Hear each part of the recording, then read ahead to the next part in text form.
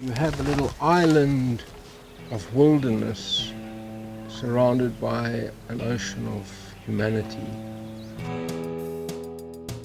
My name is Michael and I am the program head of the DNPW I4 Liwonde Conservation Program, the government authority in charge of protected areas in Malawi. The challenges we face are the illegal exploitation of our wildlife resources and our natural resources for commercial gain. It's as simple as that. There has to be a place in our world for wildlife.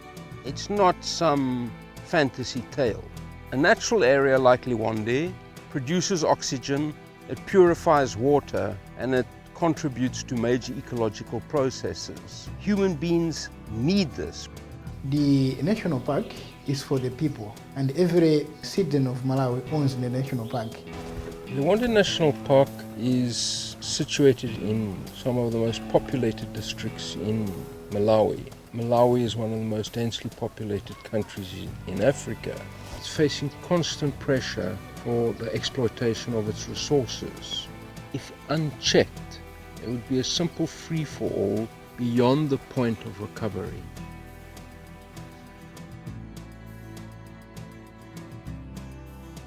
These fish traps, they've been using by the local people for many years.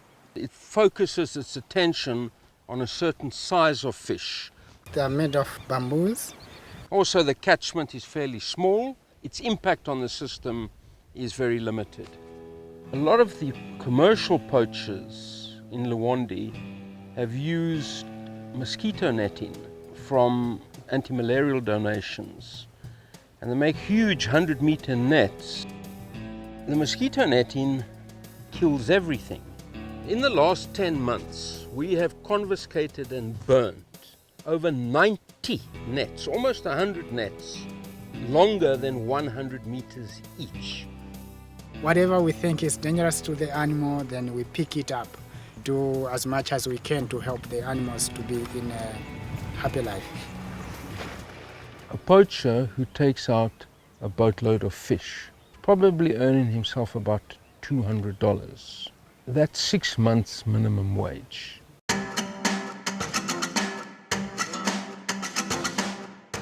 One of your problems is your snare poaching. It's overwhelming here. In the last 12 months alone, we've picked up 5,500 snares. Now, a snare is very much like a landmine. It's cheap to make, it's easy to set up. The problem is it can go off at any time. It's put on an animal path, and normally thorn bushes are pushed to either side of it to force the animal to walk through. It's a slow and painful death that can sometimes take 2 or 3 days. Its distress calls will bring in other animals such as hyena, jackal, lion, leopard.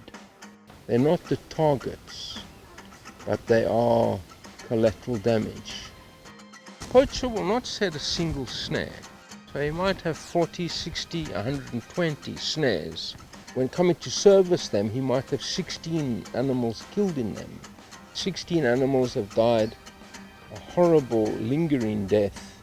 He can only take out 1 or 2. It really is a scourge.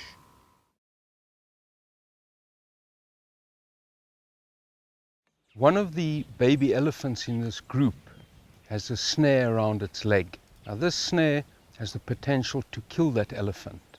At the moment, it's slowing it down, and in fact slowing the whole movement of the herd down. They all have family ties. You see the baby elephant surrounded and supported by an aunt, a sister, and a mother. An injured child creates a similar sense of trauma and stress as in our society. We are going to have to intervene, drug the animal, remove the snare, and give treatment, or this animal will die. So it's this type of injury and the stress that it causes, that is what we're trying to stop here.